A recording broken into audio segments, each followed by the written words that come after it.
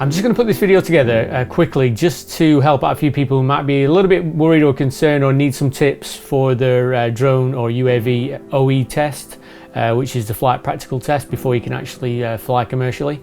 I did my 2-day theory test earlier this year at Showhill Golf Course with Icarus, or aerial motion pictures. It's a bit of a long day where you're taking in all sorts of new information like NOTAMs, METARs, all sorts of CAA regulations. I think I got about 96% on that test, and that sounds high, but I think there's others who got 98, possibly a perfect score. So straight after that, I applied for my operations manual, which is a document that you need to put together. It's quite a, well, I've got it here. My document is, it's about a 55-page document, which is basically your guide for flying the drone. Now you can actually put that together yourself, but with the time it would take to actually put it together, I paid somebody else to do it. I think that came to about 250, 300 quid, something like that. So once you get that back, you have to thoroughly read through it, and most of it you will forget because it's quite intense really, but as long as you know the key elements, then you're pretty good to go. And then you apply for your OE test, which is your flight practical test, as I mentioned before. Now this is a bit where I felt was a bit daunting. So for weeks before, I've been taking the drone out to practice basic maneuvers and get a good feel of the actual control, just make sure I could operate correctly. Yes, those birds were attacking me. And then I contacted Icarus again, said I think I'm ready for my OE test, and they put me through to quadcopters, which is just about 10 minutes from me really. And then they returned with sort of a mock job. So the mock job was at quadcopters, which was to photograph a pond nearby for a fictional pond magazine. Do pond magazines exist? There are a few things that you do have to bring along to the test, safety equipment, such as first aid kit, your takeoff and landing point, fire extinguisher,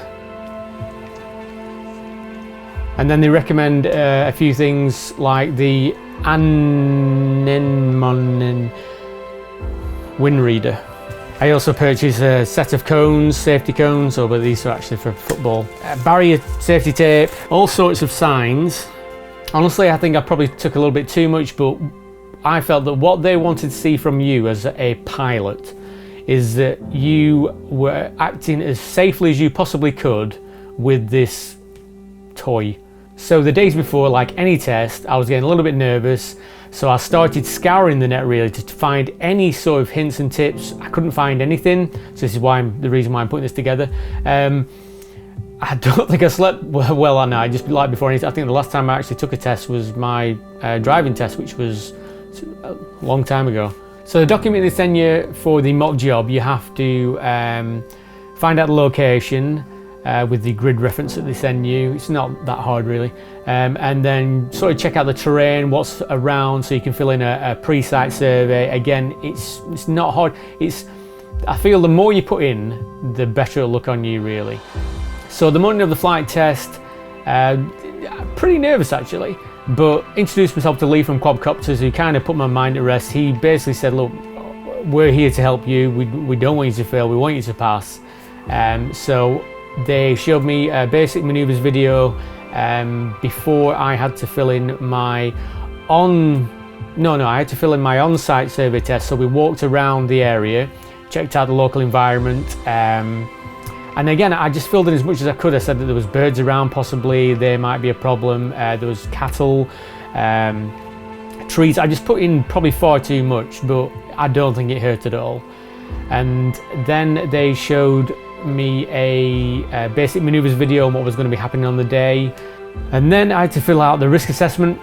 And again, the risk assessment can look pretty daunting, but as long as you fill in exactly, even if it's minor risks, put them in just to show that you are considering every safety aspect that you can before taking off. And then we went to set up the takeoff and landing point, and put the cones around the signs, and had my spotter, who was Lisa, wearing our high-vis vest. And then it was takeoff time. So when it comes to actually taking off, you do your checks on the actual machine itself, the area, you have your spotter who's looking around. If you don't bring a spotter with you, you can designate your examiner. So once you take off, a big tip is just be vocal about everything you're doing. If you're taking off, say taking off. If you're stalling, if you're checking everything, tell them everything that you are doing.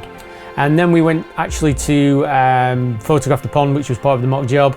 I didn't actually photograph the pond at all, actually. It's just more to do with the manoeuvres and operating safely. Halfway through the procedure, he will throw in 2 sort of emergencies for you. The ones I got was the drone had set on fire, and all I did for that, whether it was the right thing or not, was press the return to home button, which is the automatic return. And again, everything that you are actually doing, do say out loud. So it was UAV return to home, and then within seconds he was happy with what I did, so he asked me to continue. And then he threw in a sort of a surprise one, which wasn't on the examples that they actually sent through, and it was a jet was coming across to the right. So I basically, return to home was a bad thing, so I said, right, I'm going to bring the drone down to a low height, even though it was still near trees, but I said that I felt it was set at a safe enough height that it was low enough from the jet but above the trees, so it wouldn't obviously crash into them. He was fine with that. So once we'd finished with the mock job, we got to do the basic maneuvers, which is the figure 8, and then the oval, and then the back, forward, left, right, in various sort of directions.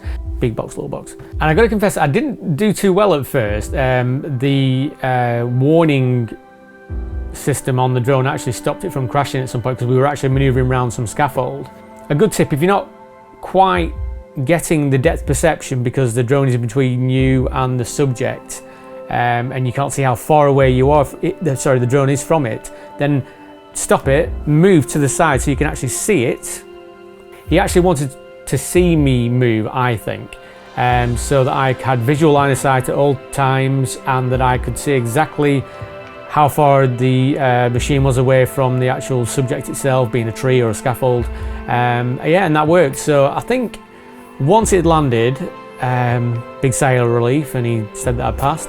And I think I got about 98%, which is great. I'm not bigging myself up, because I do actually believe it's harder to fail than pass on these type of things, you know, because as long as you have an ounce of common sense when you're flying it, and just keep safety in mind all the time, be very vocal about what you're doing, then I don't think you'll have any problems. Incidentally, a friend of mine who took it recently asked me for a bit of advice, and I gave it him. Now, he actually told me that he didn't fly too well, and he had quite a few problems, but he still passed. He said by the skin of his teeth, but he still passed anyway. So after I passed and they sent me the certificates, 3 certificates, I added them to my ops manual and sent them off to the CAA. The price for that, I think, for your license, whether it's just the first one or your annual one, was 275 quid. That took around about 10 days to return, which wasn't too bad, I thought, really. And then after that, you know, I already had my insurance in place with Flock anyway, which Flock is a pay-as-you-go sort of insurance policy, which is good for those who are not going to use it too much, maybe at weddings like myself. So all in all, cost-wise, to actually buy the equipment and pass the test, this Mavic, when I first bought it, was 1100 quid. I think they're a lot cheaper now. The full test itself, including the 2-day theory and the practical test, was £1,000. The ops manual to prepare was 250.